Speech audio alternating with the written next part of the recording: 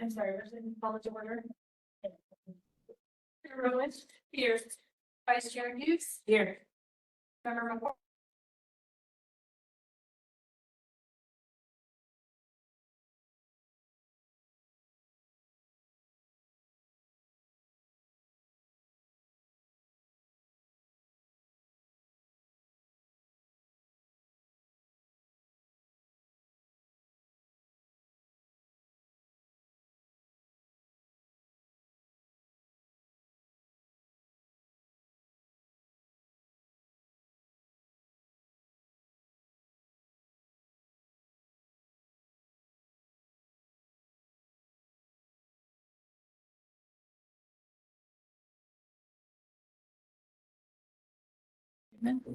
Okay, seeing none, we'll move on. Item 4, consideration and possible action to approve the September 11th, 2024 regular meeting minutes of the Technical Advisory Committee. I make a motion to approve the minutes. Second.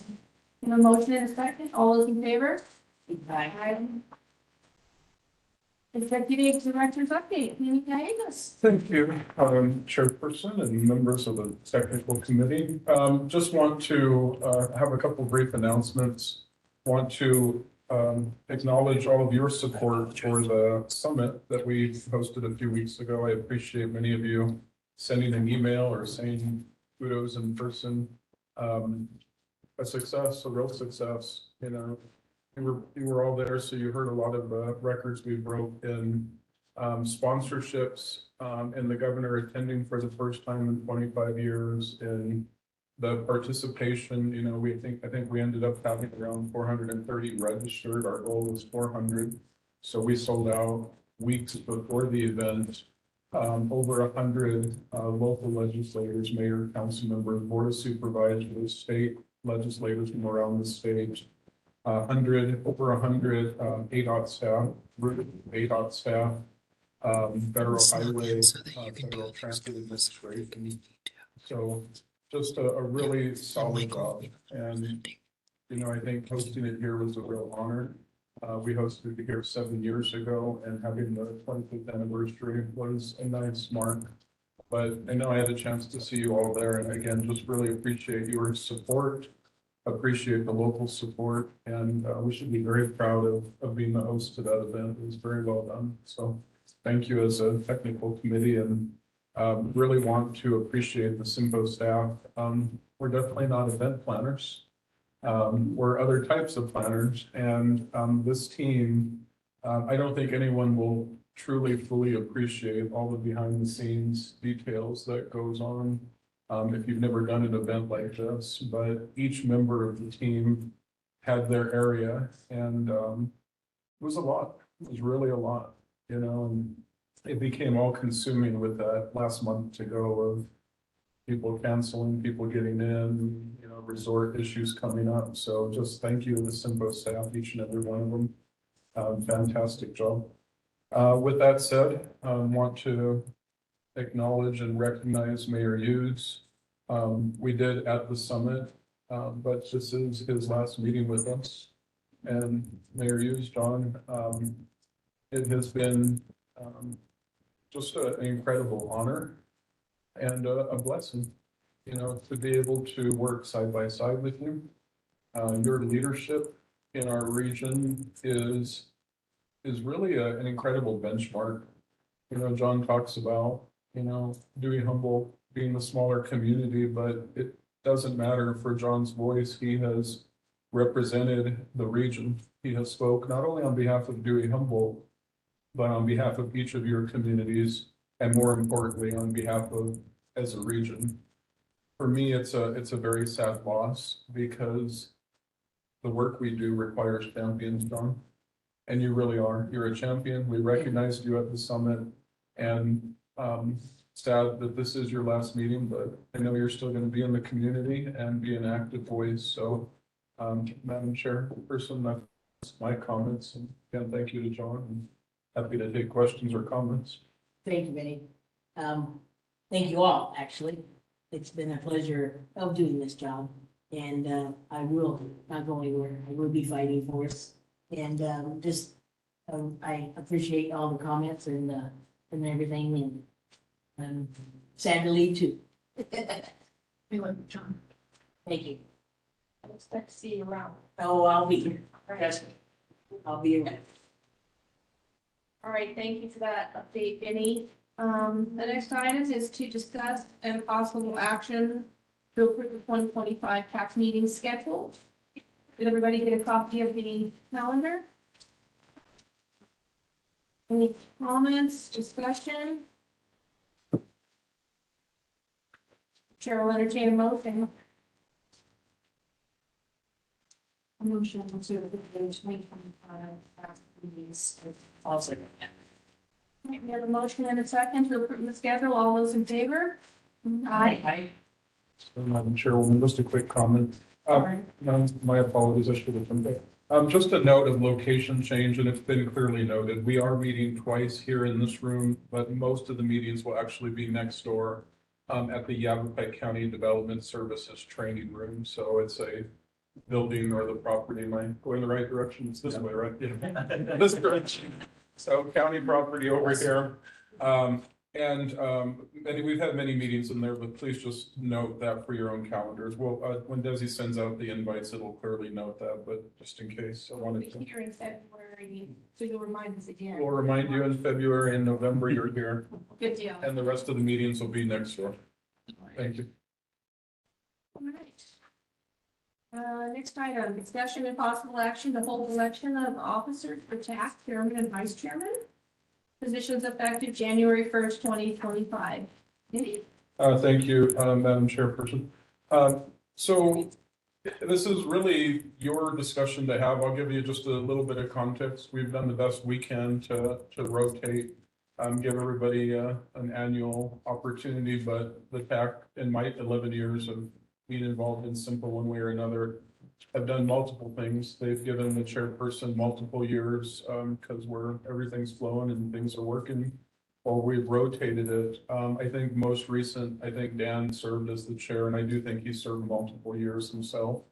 So with that said, I want to appreciate the chairperson, Gwen Roach, and the leadership and the service to the TAC committee. And if it's the will of the committee, you all can have her continue in that position, or somebody can propose another one. I think if you look at the rotation, I believe Prescott Valley would be up next, if I'm understanding.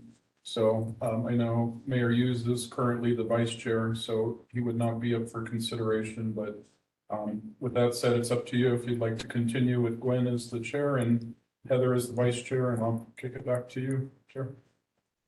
I make a motion for that. You're welcome. I think somebody wanted to bring it up.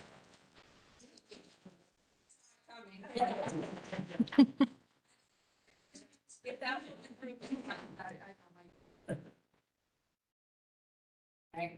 I'll second it. All right, so we have a motion for Gwen Roach as chair and Friedrich vice chair for beginning in January 2025. All those in favor? This is unanimous. So Jade Petty will be taking my place here, and he was gonna come today, but he's sick, so didn't want everybody else to get contaminated. Thank you. Thank you. Very thoughtful. But he will be here at your meeting in January, and I'll probably come to Great. No meeting. February, yeah, February. But he's our public works director, so. All right, regional development updates, Leslie Contreras. So in the last month, it's been really successful and maybe with some of our potential partners. I had a really good meeting with Yavapai College, and the next step for that is to meet with their executive team to discuss a potential partnership, for parentheses. They have a lot of need for consultation. That's one of their main concerns, and they pride themselves on helping their students in whatever way possible. So I think that's a really good possibility to have a good partnership, both financially and otherwise with them. So I'm excited to continue that conversation. We're supposed to meet with their executive team in the next month or so. They make their decisions for what they're gonna support, in February, so definitely want to make sure to, have a conversation with them before that. I also met with Embry Brittle. I met with their marketing department because I want to understand the need for transportation with them first before going to leadership and asking for a meeting. So our plan is for their marketing team to help me out and survey the student body to understand the need. For my conversation with them though, they are really interested in first being in the zone and then what the partnership could look like. So this week, she is, the individual I met with is going to start, polling the student body to see if there is a real interest in at least having a connection between the campus and downtown Prescott. And if we can potentially work out something where they support us financially and start a route with them. That's in the beginning stages. Don't want to jinx anything, but had a really good conversation with them. They seem to be for it.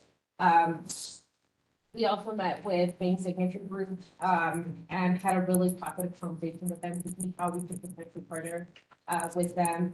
Again, these conversations we're just starting. They haven't committed to anything, but they seem to be interested, which is great for us. Another thing, I met with United Way and the director really, pushed me to look at different sources of income that we can be using, like other grants. So that conversation was really valuable for me because there's a lot of money that we could tap into for traffic needs. And then another thing, I think in the next couple of months, one of our focus is to start pushing the Prescott routes and making sure that we're having marketing efforts here to increase ridership. We've had really good conversations with the hotel industry, with the restaurant industry.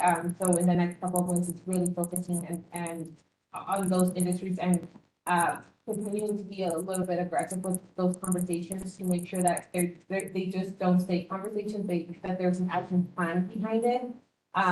We're hoping to have a downtown open house with our downtown club. And invite the industries that we want to target, like the trade industry, restaurant industry, the bar and hotel industry, to kind of get the word out there. We're open for partnership. We want to understand the needs of these industries and making sure that we have an open communication with them. The last thing is we had, if I recall correctly, we updated you guys on potentially having the opportunity to partner with a nonprofit for the ask was $100,000. We met with their leadership team, and they're thinking about it. That's where we left it off. We don't have a yes or a no, but the conversation went well. So we're hoping to hear something back before the end of the year. But I'll keep you guys updated on that.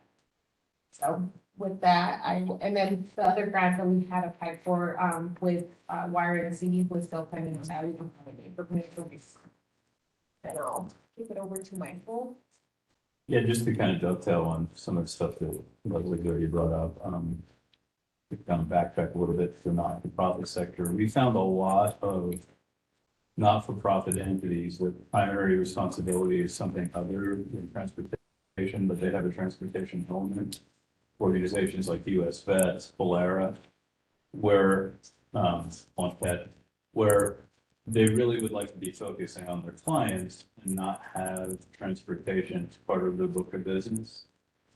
And if they could get totally out of that book of business and get us to meet their needs from a transportation perspective, they're very interested in, which there's a lot of organizations. In fact, I would open it up for you guys to think about places that, the secondary responsibility of getting clients there, but the first thing is to do something else. Because it's just a pain in the neck to run a van and keep it drive for all those kinds of things. And to Leslie's point, I think there's a lot of opportunities with not-for-profit sector to work some kind of arrangement out where we are the service provider from a transportation perspective. And she mentioned briefly too, I met with Sandy Griffiths about the trades. And one of the things we've noticed is that the trades and the hospitality industry are kind of fishing in the same employee ponds. And those ponds have folks that have transportation concerns. So one of the ideas we talked about is when we have this open house is folks that are fishing in these ponds to try to bring as many of them to the table as possible and talk about what we can do to create partnerships. Leslie's really doing yeoman's work with trying to find supplemental monies because we do have a local match. And the one thing that I keep stressing, which is on the same page, is we need to have this kind of ingrained and rooted into the community before we go out and talk to local governments. Because if you have this benefiting people, getting them the work, getting them to the store, and they're making a direct economic impact, which people that are going to the store and going to work are, the argument is much less strident on the opponent side. To that point, we have some updated numbers. Yeah. Yep, no, sorry. So the total ridership's been over 63,000. Let me just stop for 1 second too. I really want to thank Heather and her team and PV for this transition period, making it as seamless as humanly possible. It's been a ginormous pain in the neck, not the word I normally use, for everybody. And I think it's taken like this village effort to get this thing to a point where we'll transition to CYMPO and we will be able to provide the service. So anyway, so the ridership today is over 63,000 rides. Shared rides are up, which I'm excited about. That means that people are riding with other people or two pickups at the same time. The most visited locations in PV are Safeway, Fry, and Walmart. And the most visited locations in Prescott are Walmart, Fry's, and the Social Security office. What I find interesting, and back to my point earlier, if you add the employment at 30% and the shopping at 20%, actually the employment's at 35, 55% of the people utilizing the system are directly economically impacting the bottom lines of local governments, where local governments are relying on sales tax. One way or another, this is actually getting people into the system that would otherwise have trouble getting into the system. You see the employment numbers are 37%. And, you could also make the argument that people on recreation or education or medical are also contributing to the economy.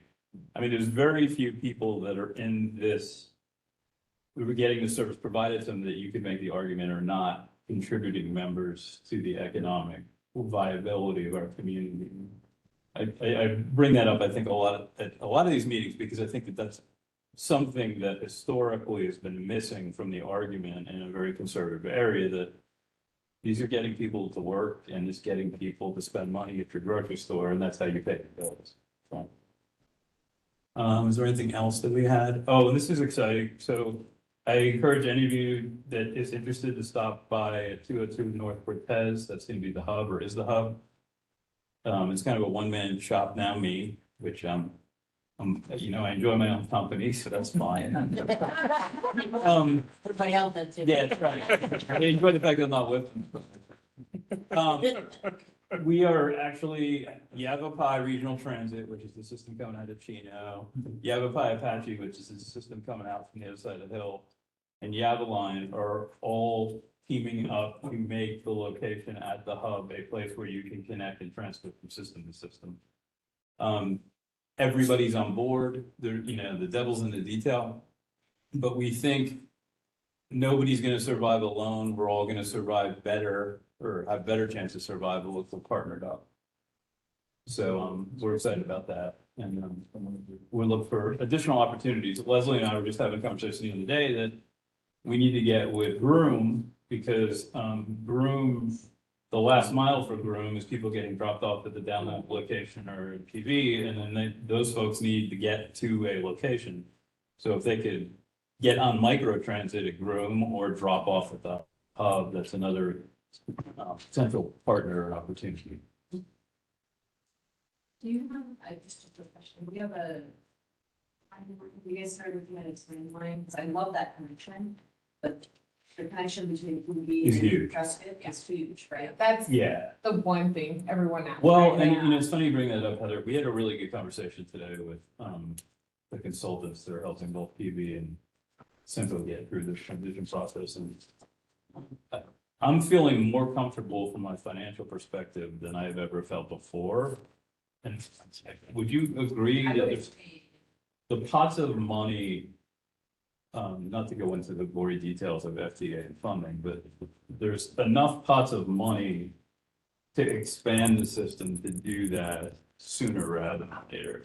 And Leslie and I had this conversation after we had the conversation this morning with AECom, and I think fast tracking the connectivity between PV and Prescott could probably be done for the end of our fiscal year, you know, July 1st. Would be great. Yeah, I think that that is the key to even leveraging that would be great for partnership. Because that's the one thing that they ask, right? Is when is the connection going to happen between Prescott and Prescott Valley? Right now, what we can do is use our resources to elevate Yavapai Apache because they're connecting Prescott and Prescott Valley right now. So for now, that's what we have, but again, after that conversation we had this morning is how do we leverage those funds to ensure that we connect Prescott and Prescott Valley to gain greater partnership. So It's amazing too how many entities, when you start thinking about it, actually have PV and Prescott campuses. yeah, Yeah. It's like YRMC and you have like college and the ability to get students and employees and clients of the hospital from one facility to another is, again, it's not the primary job of a medical provider to provide that kind of transportation, but it's not like they don't have a need to get from one place to the other. and that was one of the biggest points with Yavapai College is they have like their nursing students who are suffering from transportation needs. And so how can we utilize our resources right now to support that community that needs to ensure that they get through their clinicals and back and forth to campuses to have a stronger workforce. So it's a snowball, right? It's a snowball effect. You support your students, give them something as simple as transportation to ensure their success in school. And at the end, they stay in this community and support the workforce. So it all is there. And then there's a second side to that too. Prescott doesn't have the parking, even though they got. No, the you're dead parking on. lots, they do not have the parking, so if they could keep another 20 cars out of there a Yeah. day, that would be a blessing to them at the same time. Well, and the thing too, like Dewey and even in Chino, I mean, Prescott, good, bad, or indifferent, I mean, this isn't a criticism of staff, it's just the reality. They've priced out their workforce to live in the community that they work. Yeah. I mean, if you're gonna be a service industry oriented that pulls from other communities, you need to have transportation for the people to get from the community they live in to the community they work in. But be very bright. I done. Any questions from the board? I'm sorry. Last meeting. Any questions? Okay. That's Let's, good work. yeah, keep it up. Any, okay, next item, planning, project updates. Brandon. You, Madam Chair. I gave you all some small format, Move 2050 survey cards. Please pass those out or share them with people at your offices. I also have some larger format that we can put on the monthly department bulletin boards. Please just help us get the word out if you can. I know we're preaching to the choir in this room. Most of you have probably already taken that survey. If you haven't, please do. It's very short, very easy, and it helps us capture that important voice of the public that we need to hear. And so even further, you can push it out beyond your own teams, would be great. That engagement phase is the primary engagement phase of this plan. We will be talking about a public event, probably in the first quarter. But this particular survey will be, the earliest basis of what the community is desiring when it comes to the long-range transportation plan. So it's incredibly important that we get that QR out there and or just direct people to CYMPO.org if they're not QR friendly. Thanks for your help in that. Super appreciative How long are you taking comments till? I don't think that we've established a firm end date, so I wouldn't worry about that part right this moment, but we will be, I'll refresh that with the team tomorrow when we have our project management meeting.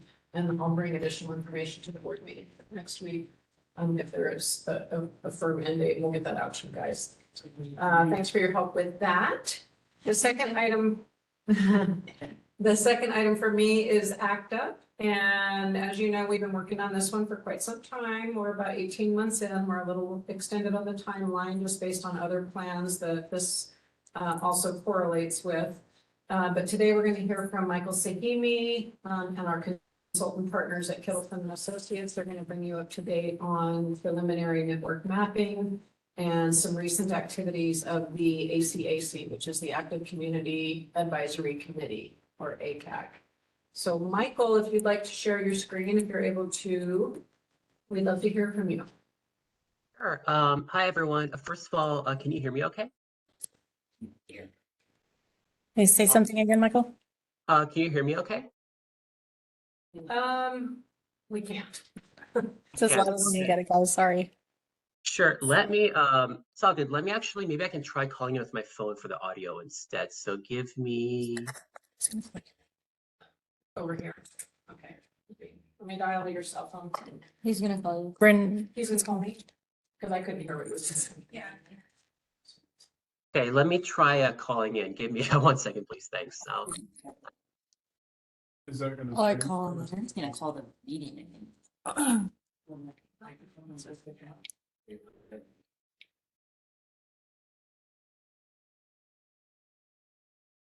Oh.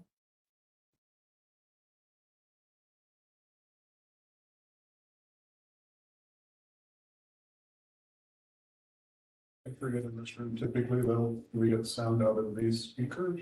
That's how we have historically. they're not connecting today. Like the last 2 times we've used these, they have. Yeah. And the IT guy left already. He worked on it for a while. Yeah, he did.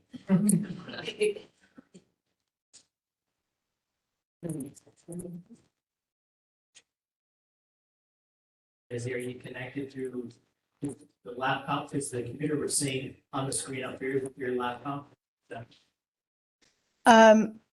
Yeah, the dark one is my laptop. The other one is the one in here.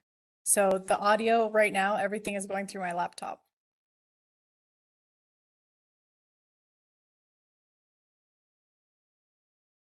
And is that what the IT guy tried to?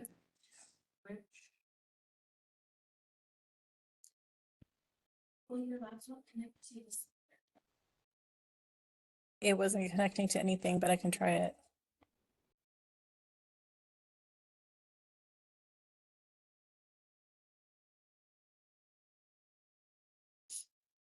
So Michael was gonna dial back in through the meeting. I'm not sure.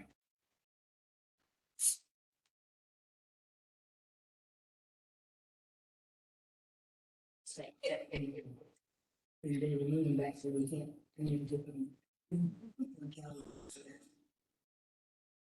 Testing 1, 2, 3. It's the same. Still only hearing through my laptop. Do you want to try a cell phone, Michael? Doing an actual phone call?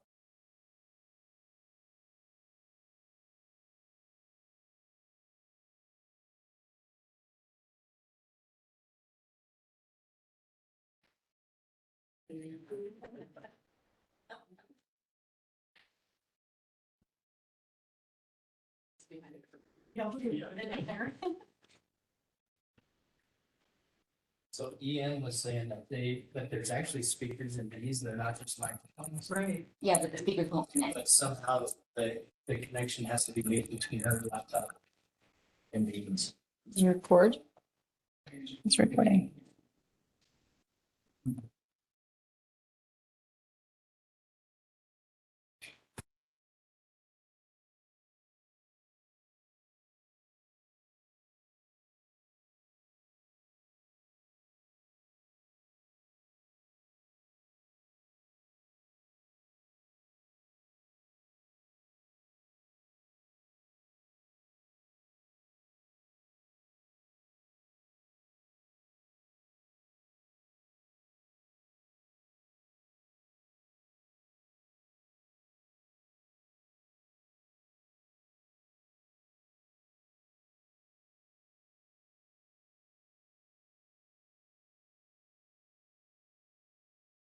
Sorry, we're trying to troubleshoot audio.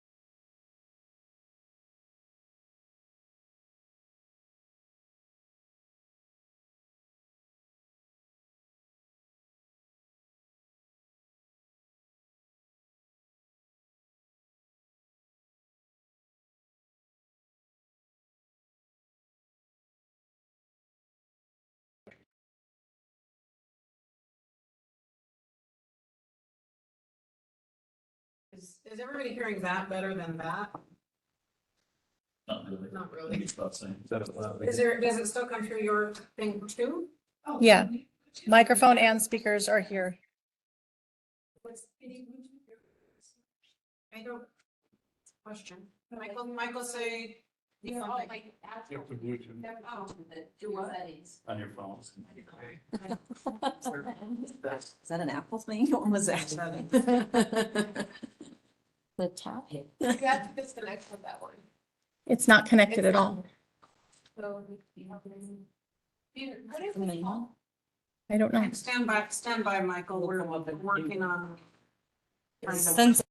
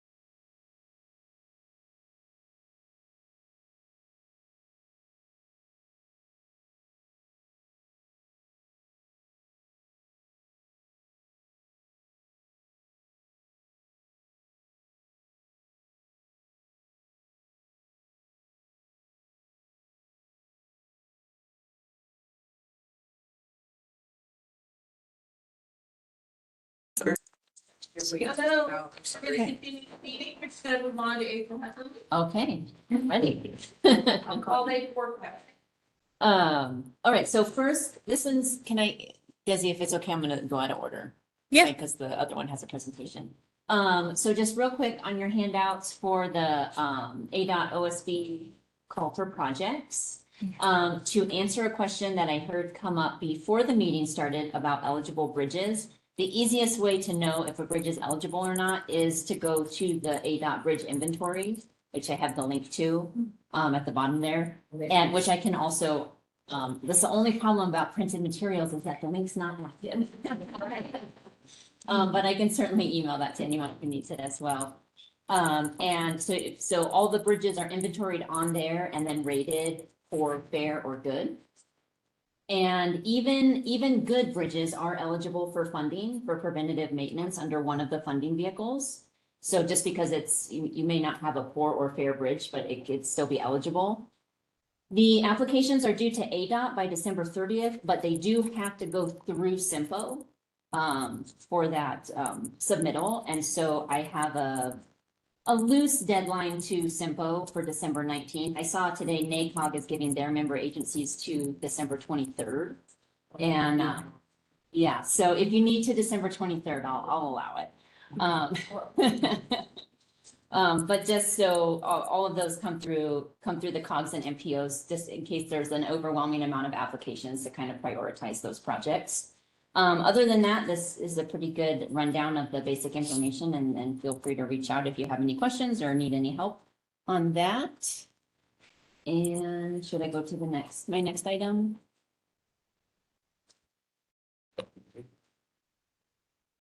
Hang on, I'm getting there. You're good. The presentation is more just kind of an overview of the philosophy of the conservation planning, but. I have so many open, sorry. It's okay. The computer's supposed to.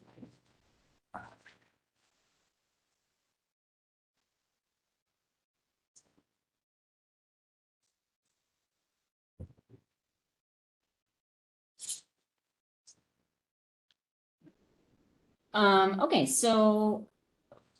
I know at least a few of you in this room are familiar with the conservation planning process that CYMPO initiated back in January.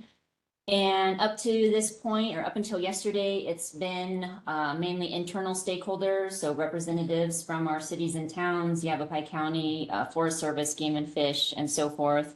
And just kind of working, go ahead and just working on developing that collaboration. And we've had consultants go through everyone's general plans and look for overlapping priorities regarding things like trail connectivity, open space and whatnot.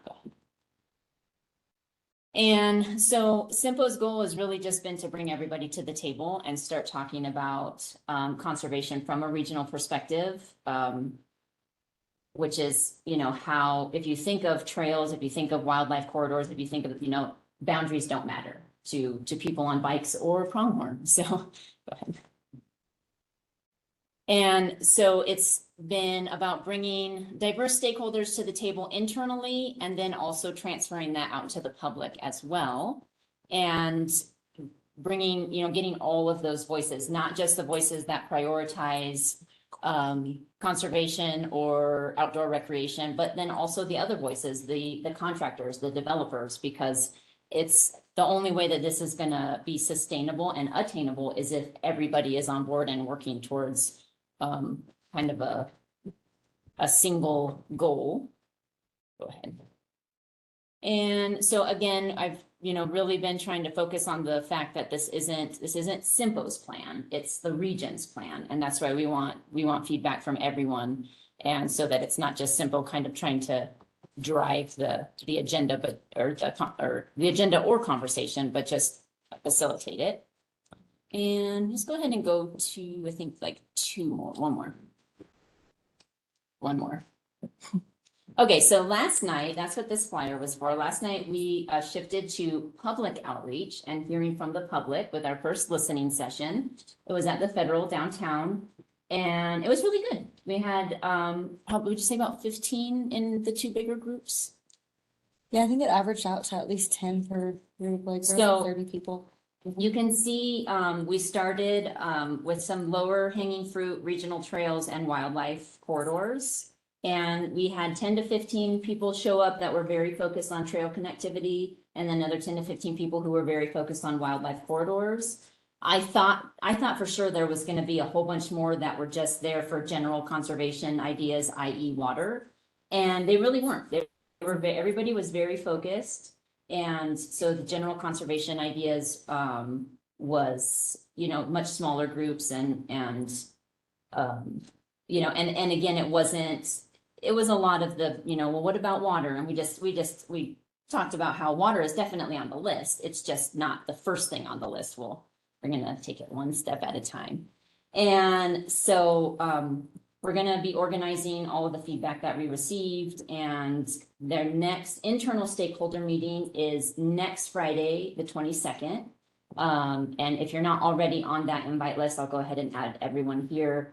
We're gonna provide that public feedback to our internal stakeholders, and then at our next listening session, our cities and towns and county are gonna have the opportunity to bring presentations to the public to let them know that, hey, some of those things that you brought up are already being addressed, and this is how. And then also to continue the conversation for what regional conservation can look like going forward, where the gaps still are. So, yeah. If I can add to it too, you know, the background on this is critical, is when this idea was brought up, that I wanted to ensure that I started with the managers of each of your jurisdictions to ensure that we were all on the same page. And to April's point, they've participated from day one for the last 6 months, and they've brought in some key staff members kind of along that process, but each of your managers have actively participated, or assistant managers or deputy managers, so they've been involved. So I appreciate their efforts. But it's critical that you and the infrastructure, public works, transportation, and are tracking what we're doing. We're really hoping this will be a multi-year process. We know that these are very critical issues when you talk about growth, development, open space, land use, all these things. We know that you battle them on a day-to-day basis. So I do appreciate the managers seeing if the regional leadership through CYMPO can help facilitate some of those things that you're dealing with on a daily basis. So we're probably about 6 months behind the scenes. This is the first time going out to the public. So I appreciate April and her work and all of our staff, but we wanted to just kind of get you up to speed on where we're at with it. May I ask a question? Are you guys, connected at now, town, as their own, like, orders, Labor and I met yesterday? We were there. Very good. Yeah. I just want to make sure that that connection is. Yep, absolutely, and it was good. Yeah, they asked us to present yesterday, so we presented to the group, and then we went on to this. So yeah, hopefully we're all tracking together at this point. And I wasn't able to attend last night, but again, there was the managers from, I think most of the managers were there. City council members showed up, so again, just wanted to keep you all in the loop. If you have No color. questions, if you have other questions, let us know though as we go through it. We don't want to catch you off guard with what we're doing, and we want to keep you informed.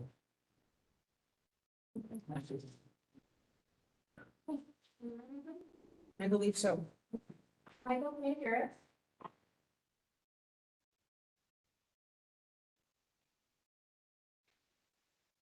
Michael? Yeah, Leslie. Here. Oh, perfect.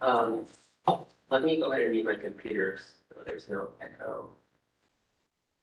You, can you still hear me? Okay. Yep. Okay, awesome. Yeah, I can go ahead and share my screen if that works. Yes. Let me see. Let me know when you can see. There should be a PowerPoint. You can see. slide. Yep. There you go. Awesome. Well, I'm glad we worked that out. So, Thanks hi for being everyone. This is Michael Singh with Kettleton, working with the with CYMPO on the give community transportation unified plan, ACTA, which rolls right off your tongue. We put together a presentation to provide an overview of the process and the project, just bring it up to speed on work we've done, work we are doing, and what's coming up with the rest of this year. So let me put my phone down and let me see if it's working. Can you still hear me? Yes. Yeah. Okay, let's see, so, this first slide provides just a high-level overview of the process. Basically showing, the overall 4 steps in this plan, basically understanding how things stay, what is the active transportation vision, what it look like, and how do you make it happen. There's a lot of interim steps in the middle, but these are basically 4 overarching steps. And right now, we're at the in between steps 3 and 4. We're basically identified projects, and we're now moving into prioritization, refinement, and identifying specific key locations for additional conceptual designs. They're basically kind of covering up what we've done this past year, as well as what we're doing and what we're going to be working on. So the first step in our work is really understanding what is the region, who will this plan serve? We have some statistics on the screen. We spared you from the page to page table. I just want to call out a few different items that can help us understand, okay, who are we ultimately aiming to serve with this plan? The few things highlighted in red that we thought were, very important, for example, the percentage of residents that are 65 and older, or the ones that are living both poverty line, or even households without means. Basically, these are people that need to bike and walk, not just for fun, but also for daily essentials like going to work, getting groceries, picking up their kids from school. So they have unique needs, in addition to people that may bike for recreation and trail in the park. So we just want to make sure that their unique needs are incorporated into the plan. For example, people that are older may have different comfort walking on a sidewalk that's a little more narrow. So just making sure that we have a full picture we're ultimately surveying. This next slide includes 1 bit of information we pulled for our breakfast conditions analysis, which we found really interesting. And this is based on cell phone data that showed that in the region, 26% of trips are less than 2 miles. These are trips that, if the facilities are there, if the support is there, can switch to walking and biking. So just imagine if one day, 26% of trips are no longer off the roads, or 26% fewer cars on the roads. It'd be possible, if the facilities are provided. So our initial work also included developing an understanding of the physical conditions in the region, such as the existing walking and biking networks. So first of all, these next couple slides just provide just an illustration of what facilities currently exist in Central Yavapai. So walking, I'm sure you've seen this, there's sidewalks and both multi and shared paths in the region, as well as crosswalks, crossings, and programs. For biking, there's a little bit more variety in the types of facilities currently or potentially available to folks. You have your designed bike routes, which are basically streets where cars share the lane with bikes. You have paved shoulders, which you may see on the highways, which operates similarly to bike lanes, where there's a striped, dedicated space for bikes. There are also separated bike lanes, which provide a physical separation for cars traveling next to vehicles. And of course, you have the multi and shared use path, with which both pedestrians and bicyclists can use. And those can sometimes be next to roads, but they can also be a bit more separation between people on the path. But of course, not all facilities are created equally. For example, a bike lane on a 6-lane road with 50 mile per hour cars is very different in terms of the experience compared to a bike lane on a 2-lane road. So if you're a bicyclist, let's say you're just learning how to bike, or you're a kid trying to bike to school, or you just have maybe less confidence, you may not treat all bike lanes equal. So you may be okay with riding a bike on a local street, or maybe like a collector road, but you may be a little apprehensive about biking on kind of on those more major arterial highways.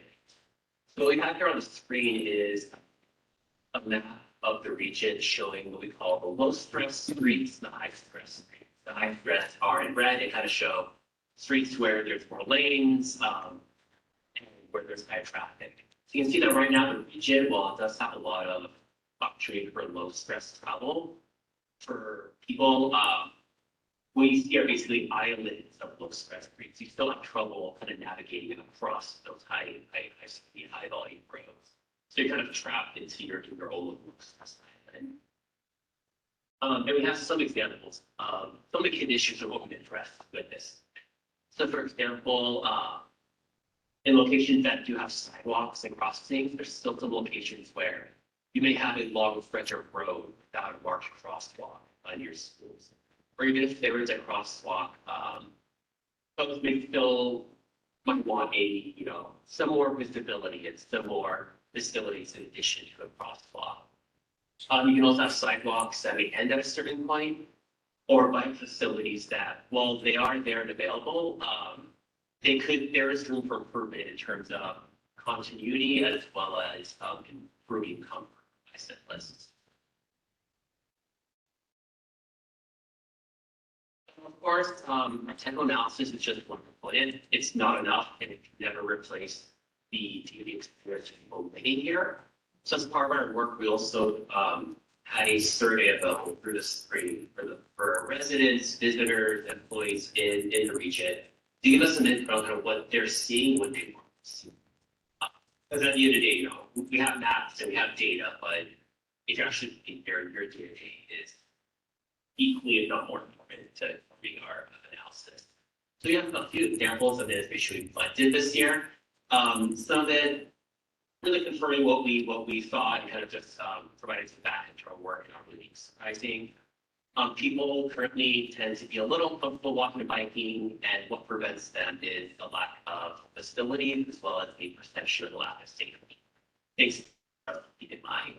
When asked what they'd like to see in the region, this makes sense in that it complements what people said was missing. So folks would like to see more off-street paths as well as gaps being filled. It's basically a comfortable network. As part of the survey, we also gave people the chance to drop pins and comments on a map. Here we have a screenshot of final results. As you can see, people were very enthusiastic. We had a lot of overlap in where people put comments, and this kind of helped us understand of the issues identified, where they were seeing that and where they were also trying to find destinations. So with all this information, the next step was understanding the gaps to developing this complete and comfortable network. Things such as filling gaps, expanding corridors beyond where they end, providing spot improvements such as crossings and intersections, because you may know having sidewalks and bike lanes is one thing, but if folks have barriers to crossing intersections, they may still be discouraged, as well as running connections to existing and planned networks and destinations. And with that, we were able to develop a network of both local and regional facilities, basically getting folks to destinations, but also getting folks from neighborhoods to those regional routes. So after we developed our initial understanding of gaps and needs, we developed a preliminary biking gaps map and a preliminary map of biking projects. And earlier this fall, we met with our active community advisory committee, ACAC, rolls off the tongue. We met the ACAC to show them our preliminary understanding of the bicycling gaps and preliminary on and off street biking improvements. And here we have we blew up really large maps for folks that mark up with their pens and Post-it notes and markers. Here we have a scan of one of the group's comments for the city of Prescott. So you can see folks were very enthusiastic. They marked up a lot. They pointed at things. They put in stickers. Basically, helping us understand if there are any gaps we're missing, any projects that should be changed or removed, or things that should be prioritized. So kind of a chance for us to stop, show our work, sure we were overlooking anything. And from this meeting, we refined our network of bike projects, and we also developed walking projects as well as intersection projects as well. Those key, intersections and crossings that would complement the walking improvements. And that is currently where we are today. So what we've done is we've prepared a survey with 3 components to share with the TAC as well as other key stakeholders such as our TAC, consisting of 3 parts. I'm actually going to work a little backwards. So part 2 is the survey contains an online map of our wide walking and biking infrastructure recommendations. The survey has a link where we actually have an online map where we can zoom in and out and look at where there's existing sidewalks, existing bikeways, as well as where we are at this time proposing improvements. So it gives you a chance to put in these 3 types of instances, hey, you guys are really missing this piece, you really need to have a bike lane here, or you guys put a bike lane, but I really think you guys should put a shared use path instead, or I really agree with you guys putting a sidewalk here, make this be a priority. So really give a chance to provide input and those are types of input for the preliminary networks before we proceed to the next steps. But there's also another component of the plan as well, which the survey covers. So the project is going to cover obviously walking and biking infrastructure recommendations, but that really isn't telling the whole story. The plan also going to include recommendations for policy and programs. Because we've heard from folks, education is important or bike parking is important. So there really is a policy and program that helps basically finish the equation, right, and provide the supporting infrastructure and culture so that once the facilities are built, people know how to use them and it kind of folds into the rest of the network seamlessly. So we prepared proposed rec programs, policies in 6 categories, and we'd love to get your take on whether you agree with them, disagree with them, or if there's anything that we are overlooking. As part of that, as I mentioned, we're preparing the plan is going to include a network of walk and biking events, but we're also going to be creating a subset of priority projects to achieve retention, just to help. We all know that resources are tight.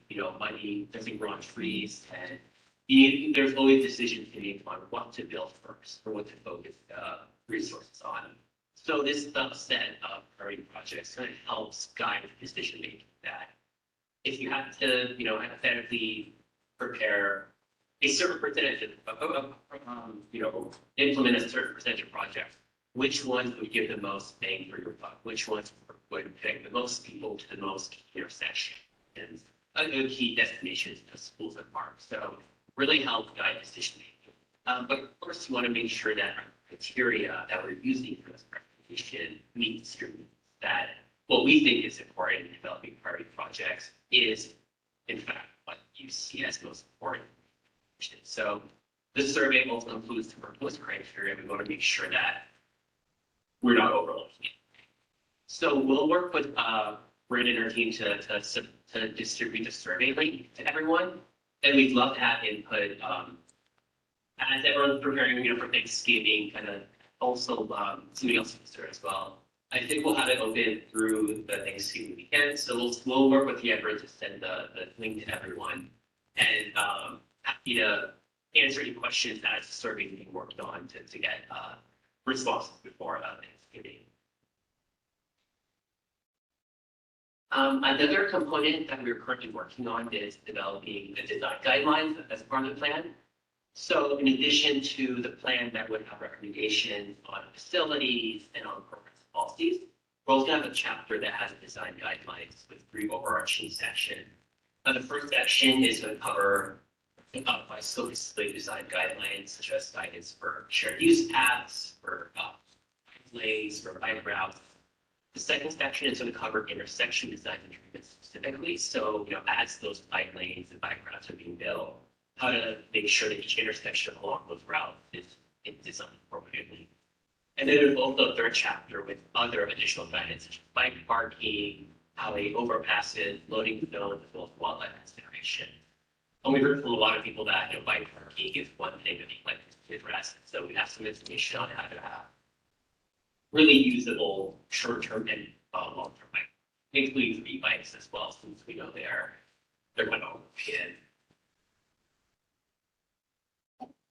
And the next screen shows a screenshot of one of the sections covering buffered bike lanes. So as you can see, for each component, the guidelines are going to have elements to include enhancements, dimensions, illustrations, and other information such as cost and constraints to be aware of to really make sure that the full pictures and all decisions once that may be required for administrative folks. As you can see on the screen, I'm going to be providing this to the TAC for review to make sure all contexts are accounted for. And we really want to make sure that this document is for centrally optimized. We don't want to be a generic document. So if there are any photos you'd like to see in the plan, in the guidelines, definitely send it our way, and we'd love to incorporate it into the guidance. Also, it's more customized for centrally optimized. So one of our upcoming next steps that we start working on is developing concept designs for 10 key locations. Lines on the map are one thing, but these concept designs really help illustrate what a path on West Side Road, for example, would look like in terms of specific improvements, dimensions, right-of-way lines, really help illustrate what it'll look like, as well as what issues may need to be addressed. For example, a curb line may need to be back, or the curb may need to be tightened. So it really helps paint a picture of what these improvements are. As you can see here on the screen for West Side Road, for example, we were able to illustrate, what the dimensions would be for potential use path, as well as where improved curb ramps and crosswalks can go. Again, we would love to get your input locations you would like us to look at closer potential concepts. So we'll be sending out a list and a map of potential concept locations to see if there are any you'd like for us to focus on, or if there are any that we've overlooked before we start. So we'll work to get that over to everyone. And finally, our next step, which we're about to pick up, is phase 2 of the community engagement, which follows up on phase 1 from earlier in the year, which is a survey we showed earlier. So what we did is we prepared a virtual online open house, several rooms that folks can click through to get up to what's going on, as well as give their input on the proposed recommendations. So the most important room in the virtual open house is the proposed project room, where folks can give their input on recommendations. Our goal is to share this with stakeholders as well as community at large through email databases, social media. So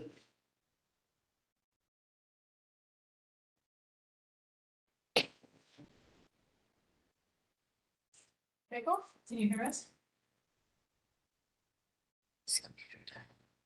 till mid-December, the 41 days. Give me 1 second. Use the microphone to please. Oh, sure. Sorry. Let me know when to go ahead. Okay, You're back. Okay, I'm curious, do you remember where did I leave off by any chance? Social media. 10 seconds ago. Oh, okay. So you didn't. That was the test. No. Yeah, so, we'll be sharing this open house with stakeholders in the community, including our database of emails. But we'd love to work with as well. We know how connected you are to the community to make sure that we can get this as many people as possible to get input before mid-December. So so you'll be receiving a lot of stuff from us via email, and it'll be a busy next couple months, but it'll be definitely get a lot of it. So thanks for listening to me. I know that was a lot of slides. I appreciate your patience. So just to summarize, next steps are we'll be sending the link with the online survey map to get your input on the future network recommendations, as well as the non-infrastructure and priority metrics. We'll also be sharing links for the public engagement side of it for the open house, as well as, bringing up with you a preliminary list of concept locations to make sure we're looking at the most important locations for starting this paper. Yeah, well, thank you, and yeah, happy to hand it back to you, Bryn. Thank you, Michael. Members of the CAC, anybody have any questions or comments for Michael? Just it sounds like we'll have some homework soon, Yeah, right? you're gonna have a little CAC specific survey to fill out, and we'll make sure we get that out to you guys with instructions. Think that at the pre-holiday final exams.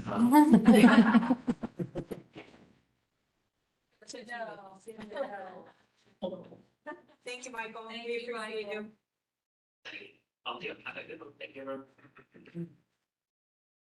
Anything else on that one? We'll move on to the agency updates. Start with the Appetite County.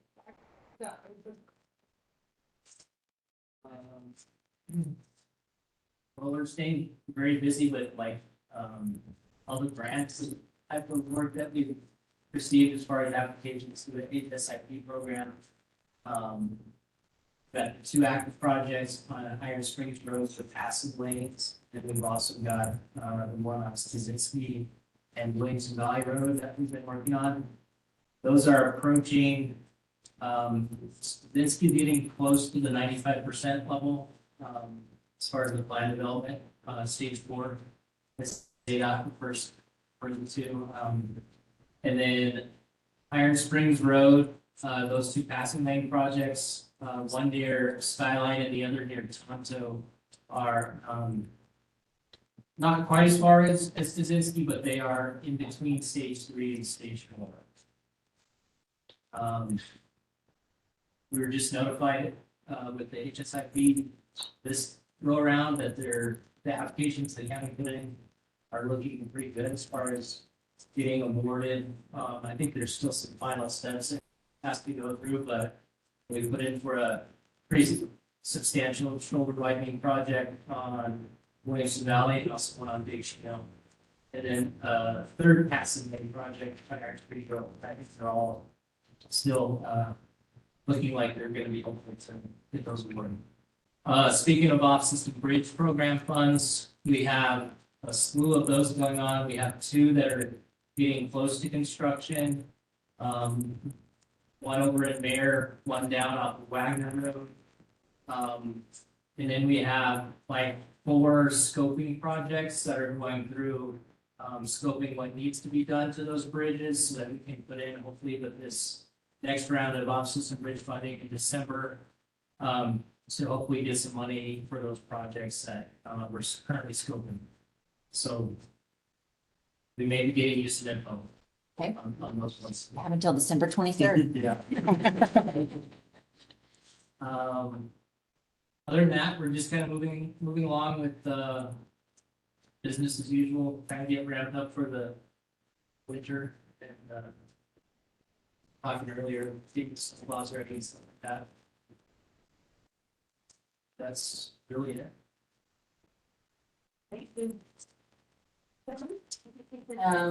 Just working on drainage. Some ongoing deal with public works and seeing projects move around the utilities, I think, coming up on the roundabout. Looks like they're getting ready to finish that phase up from 169 to 69. And then we finished up our chip seal, and now we're just preparing for snowplow. That's about it. Great. Thanks, Scott. Here's the one Heather. We are in the end stage of rounding up our SS4A city action plan. We did a presentation for some last week to give them an update, and there will need to bring that for adoption of the community program. Right, we had a fatality yesterday. Sections that has a gap from stuff, so very tragic, so we're hoping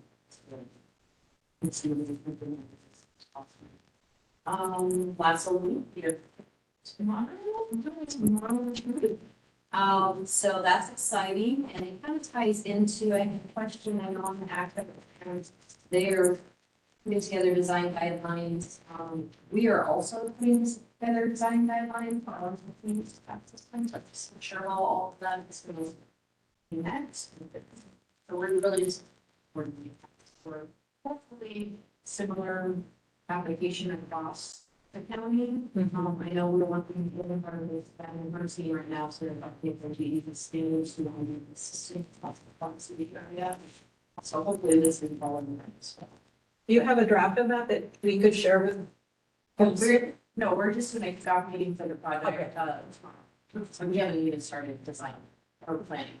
Let's make sure you get what they have. Yeah, so that would be great. Because I'm sure theirs are somewhat boilerplate in the Right. consulting realm, and they'll need some customization to our jurisdictions. So yeah, we can get a copy of those. That would be very helpful. Sure. And then, so excited for November, excited about Glasgow.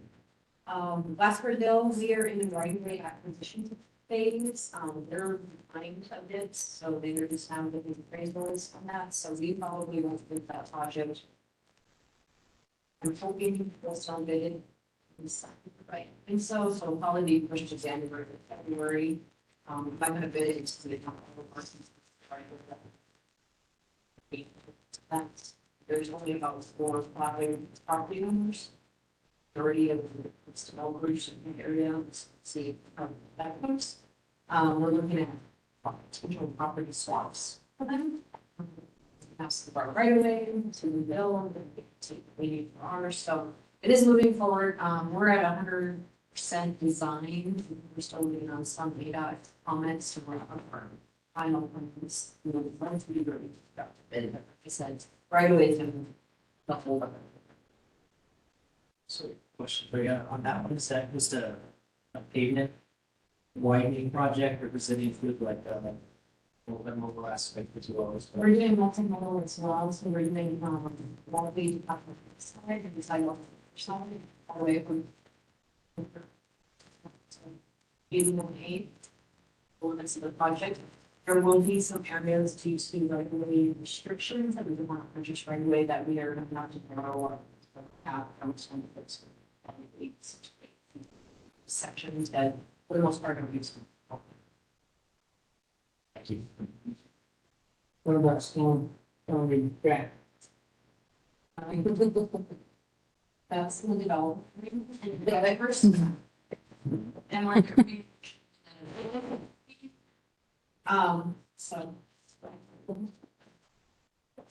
Any other questions? We wrapped up our payment price. We're actually novel idea. We're actually adjusting all of our use. And all the boxes to the correct information. It's in the foundation programs this year, which is a huge set. Yeah. So I'm very excited about that, and we finished all of the raising on now.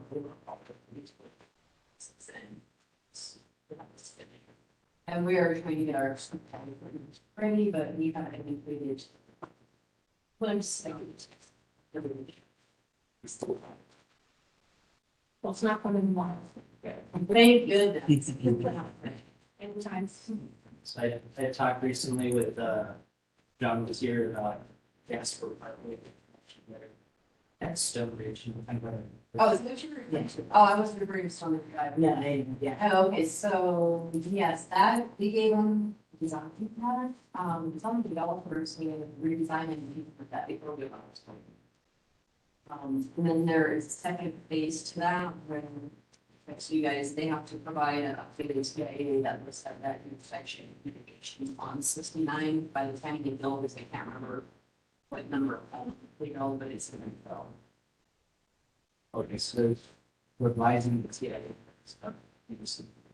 They're going to, they open the door, so we're not going to revise it. Good for you guys. Sounds really good. Yeah. Thanks, Heather. So in the city of Prescott, we are ramping up SRA 9 with the Council to next Tuesday. To discuss awarding this contract to Tipton, there's a design thing that we chose through our RSOP process for the 15% preliminary design of 89. We have a team of about 10 different consultants, everything from rock excavation to geotech and engineers to it's like feelings, yeah. They're on flicks. Anyway, we are going to form a design ranking advisory group from citizens in the city, as well as different industry like healthcare, public safety, schools, colleges. And this advisory group is going to do the, I apologize if I get this wrong, Vinny, is it the peer, what is it, the peer, Exchange. right, a comparison method that we use for some, what do we use for some, the peer, I think it's called the peer way comparison method. Anyway, we're going to use this process with this advisory committee, let's rank the 15 alternatives that Kinley Hornish can explore. And ultimately they'll have three concepts that will rise to the top, and that's where we will take those to 15% design. We'll probably be presenting the three top ranked alternatives in April of 2025, and then we will go back with the full 15% design next sometime. So that's our plan for that. And we may be tapping some of you to sit on that group. We'll reach out to you. For those of you that use the transfer station in Prescott, our feeding project that's there's obstruction in the right of way got delayed, so we're probably not going to finish till about February, but we do have finish on the horizon. And then in the downtown area, we're working on a follow project, so we can stop using public safety street maintenance vehicles to block intersections. We're going to try to put rollers up on as many as 8 additional intersections in the downtown for when we have parades and events. So, this is some of the transportation. I'm going to do the ones that pop up by the ground. They actually have a sleeve. We have to prefer the sleeve one. Yeah, and then there's like a little cap on them when we're not using them, and we're gonna explore using them in multiple ways by having racks on the corners of the intersection such that protect pedestrians when they're not in use, so they can come out, so we don't have to store them anywhere. And we can just pop them off their rack and put them in and put them right back, so we're exploring some of those options as well, but. I already have some of this. Yeah, we have them in like 5 intersections, I think, but there's like 13 where that we conceivably could see using them instead of water barriers and fire trucks and street trucks and things like that. Yeah, just so you get an intersection for 4 hours while the parade goes by, right? Yeah. So, yeah, so those are some of the things that work. All right, did maybe have anything else? I just remembered one other item I didn't update on, which involves money that CYMPO has contributed, also that the city has contributed and the county contributed. This is the Pioneer Parkway Trailhead B project. So that is currently out for bid for construction. The bids are due tomorrow. And so we'll take in bids on that and see where we are as far as the engineer's estimate. We're hoping that it comes in within what we've all kind of contributed as a group to get it built, but hopefully we can get it before the board of supervisors for approval. The plan is December 4th, and then we would have an NCP in December for that trailhead to start construction.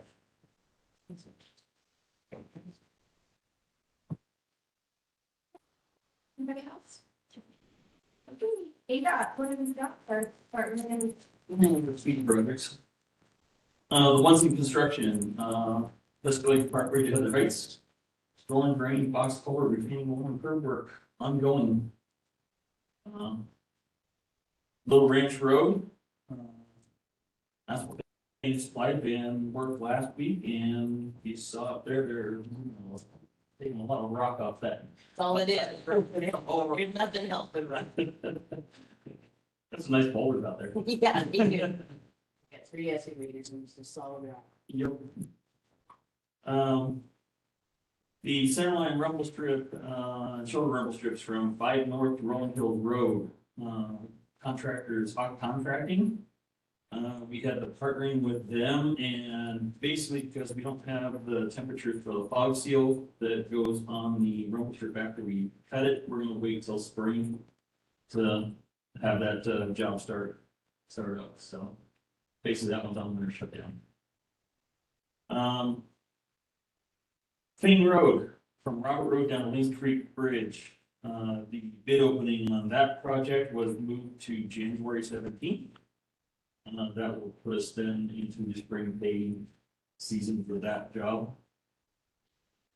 89 at 89 ATI on-ramp project. The design is that the basically design complete, and that project is pretty much shelved until we get the construction funding program for that project. You have the engineer's estimates for that? I did not. Anybody know any? I will look that up. Yeah.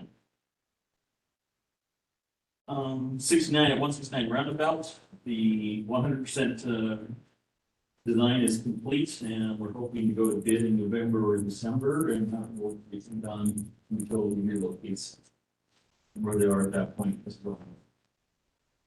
What's the construction timeline on that as far as a year? That will be,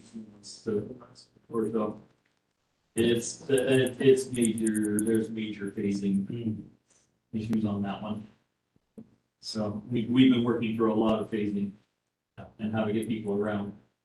They should take note of, planning fire, but if they take more better on that, Yeah, it's been fast. a lot less traffic though. It's giving it a time. 169, more driving, but. A little bit, just a little bit. We're still having good times. I-17, Sunset Point to I-40, that is a ITS project to install wrong-way detection, cameras, federal message board, and a remote weather information system up there. That one is expected to go to bid in second quarter of fiscal year 25 here. That one will be most likely administered by the North Central District for us. We only have a few items in our district on that one. Most of that's in the Flagstaff region. 69 from Lee Boulevard to Walker Road, the third lane extension and raised median. That one is still noting bid advertisement in the third quarter of fiscal year 25. 89 from north of Hell Canyon Dam to the Forest River Trail 4. That's a passing lane project. Code review and the survey is complete, and they are expecting us to have 60% plans here, hopefully right before the end of the year, that project. And then anticipate bid advertising for that first quarter of the year 26. 89 from Big Chino Road to Bramble, that will be a center turn left turn lane project.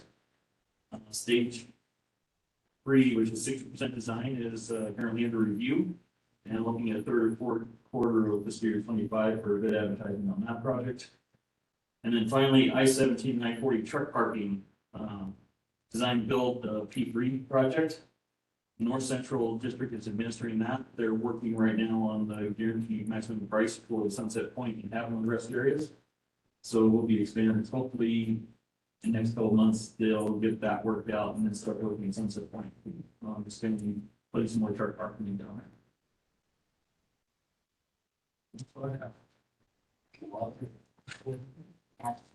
I'd just a comment if I can. You know, Rin made the plug for the RTP earlier, and listening to Andy's update, half of those projects were because of the last RTP or the one before that.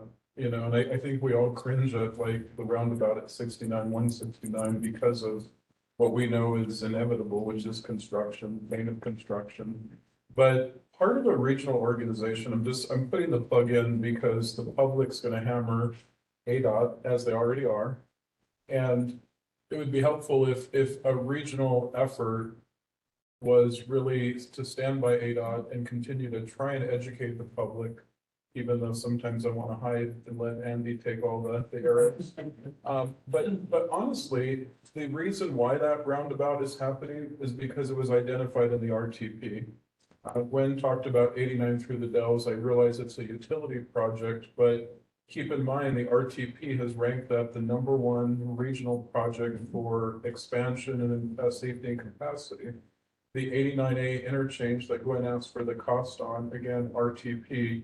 The 69 after 12 years, RTP. So this is a huge moment of education for the public. How do these projects come to be? And they look at us like, really, a roundabout? Really? Whatever the question is, again, this is literally 1, 2, even at times 3 RTPs. So when people wonder, where do these projects come from? And Brent's asking for input, and this isn't to this room, but sometimes there's crickets until a project comes up and it's like, what, a roundabout? Well, no one ever told us. Well, look at the last 3 RTPs, of which was endorsed by the local governments, the elected officials, the staff. So again, maybe your predecessor, but again, just really take note of half of those projects that Andy updated. And then I would note like the HSIP that Roger also updated, some that Andy identified. Again, RTP, when we look at Little Ranch Road, you look at Iron Springs Road, you look at Williamson Valley Road, again, the regional transportation plan is directing us towards these projects. So just a good reminder for all of us as the public hammers away at what are these projects, where do they come from? Again, regional efforts. So thank you. Yes, all right. I'll go ahead and get started on our transportation alternatives program. It is being worked on internally with this month's TAC, concerning right now, that hasn't done. However, for early December, there will be another informational webinar / meeting. So be on the lookout for that. There is no date as of yet, but I imagine after today there will be. The proposed call for projects will be January 6th, with the screening process from VDOT side beginning on January 13th, and the final application deadline set for February 28th, 2025, with the next TAC being the 3rd, sometime in early March, about maybe the 2nd week. But should you have any questions, please continue to visit our program website or reach out to Mariel at PM. For federal discretionary grants, if you may have seen within the last week or two, the raise NOFO did go out, and they are planning to hold 2 rounds of selections under FY 2025 for the Building American Infrastructure with Sustainability and Equity. That first round is for merit-based projects from the last round that were not selected. And that deadline to be included for those projects is December 2nd. If you want that 2024 application, this next round of applications. For round 2, they will make another round of selections, and that deadline will be for January 30th. I'll also forward all this information if you don't have it, so you can send it. And then secondly, FHWA has also recently released their Protect NOFO for promoting wisdom and operation for transformative, efficient, and cost-saving transportation. That application period did open on October 25th and will remain open until February 24th of next year. I know we already touched a little bit on our off-system bridge program. Should you have any additional questions, please reach out to Mark Hennig, and he's not here today. For updates on ADOT studies, our SR 69 ITS improvements. This is from Sherwood Drive to Sundown Branch Road. It's currently in the RFP process, and we're expecting for it to be advertised, if not this week and next. But again, should you have any questions, please reach out to Heidi Yaka, which is the program manager. And then and as Heather somewhat touched on it, for TA, President Charity Support Study, we will have our project kickoff tomorrow. And our first TAC meeting is tentatively scheduled for Monday, December 9th at 1 p.m. I do expect you all to get an invite to that, so be on the lookout for that. And that is it for my updates. Any questions? If not, thank you. Did you have a good as Yes, well? yeah. Cover Dan as well? Yep. Thank you. Is there any other business we need to discuss? Meeting is adjourned. Thank you, everyone. Thank you. Hey, you're welcome. Thank you guys. So, Nick, What's that? I'll be out of the back.